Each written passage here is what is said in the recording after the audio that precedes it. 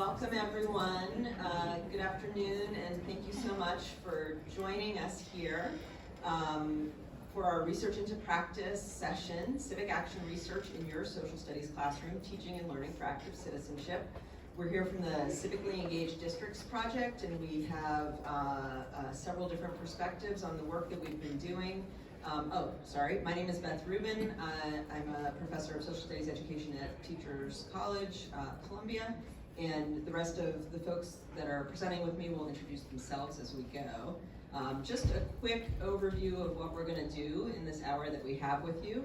I'm going to very quickly just give an overview of what civic action research is and why someone might want to do it.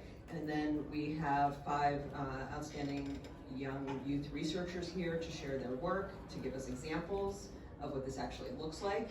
And then we will have teachers who have facilitated civic action research walking us through how to implement it in the classroom, and then we'll step back a little bit and talk about how this kind of work ripples out from school, from classrooms and beyond, creating school districts that are more nurturing contexts for youth civic development. So just really quickly, we're not going to spend a lot of time talking about theory, but all this work is really based on the idea that the kind of civic learning that leads to civic engagement can't be given to students by teachers by means of a lecture or textbook. You can't hand somebody civic learning if your objective is meaningful civic engagement. And rather, civic learning and engagement develop as young people work together to understand and take action on issues that are meaningful to them.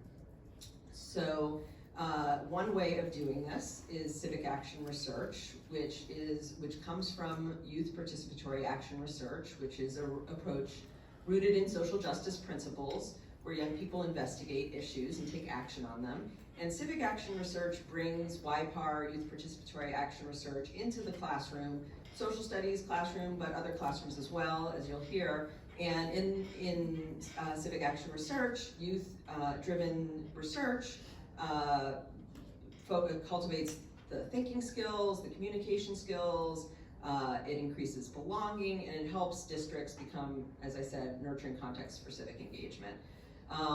So we're going to talk more about this later on, but civic action research generally, and this is very general, follows a cycle of building community, selecting a concern, collecting data, analyzing, communicating results, and acting.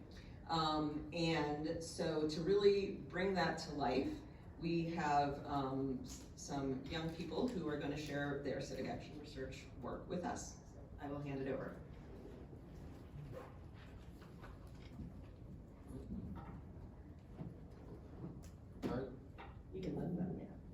The first project we're presenting is called Advocating for Air Conditioning.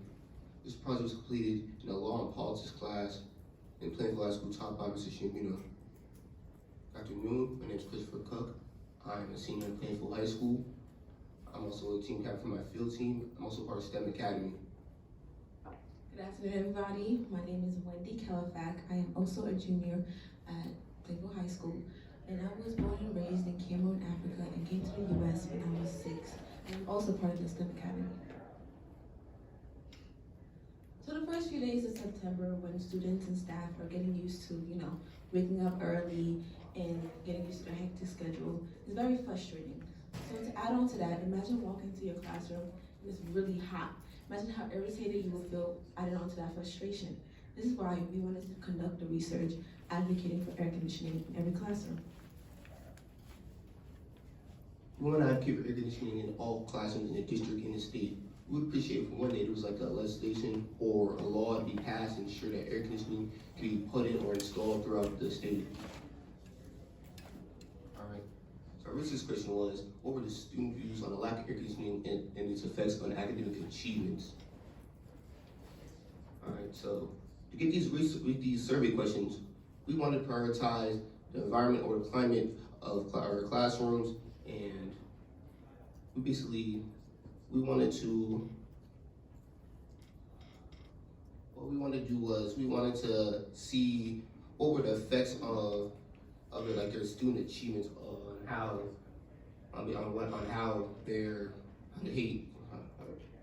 What we want to do was we want to prioritize the achievement. We want to prioritize the environment and how it affected their student achievements.